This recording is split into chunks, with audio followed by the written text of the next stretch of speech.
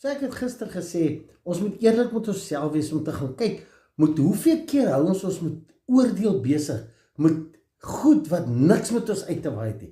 Dit het niks nie, dat is ander mense goed, maar ons het altyd 'n eiertjie te lê daaroor. Die ander ding is, wat ek daarby wil byvoeg, gaan kyk deur die dag en gee jouself 'n punt.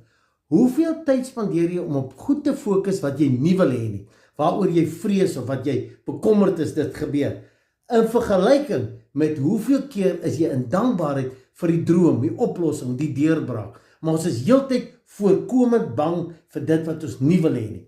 Baie mense staan teen 'n siekte, staan en veg die siekte, en hulle dink dis fantasties. Daar's 'n hoër level.